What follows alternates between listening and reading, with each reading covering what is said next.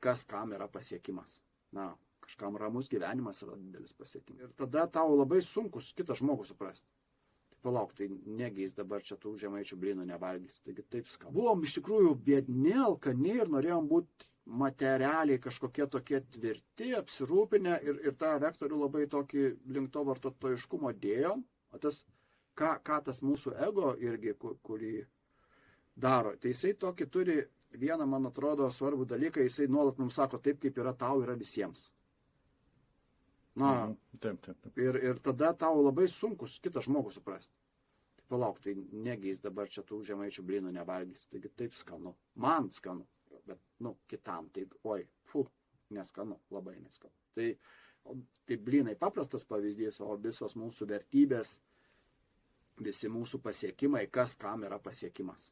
Na, kažkam ramus gyvenimas yra didelis pasiekimas.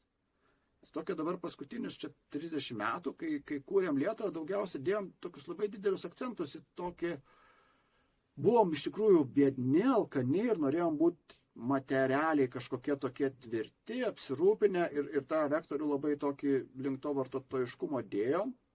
Dabar aš jau matau jaunąją kartą, kad jinai sako, palaukit, taigi čia gal nėra vien šitas vektorius. Bet jau apsirūpinom ir Jo. ir dabar jau kiti klausimai.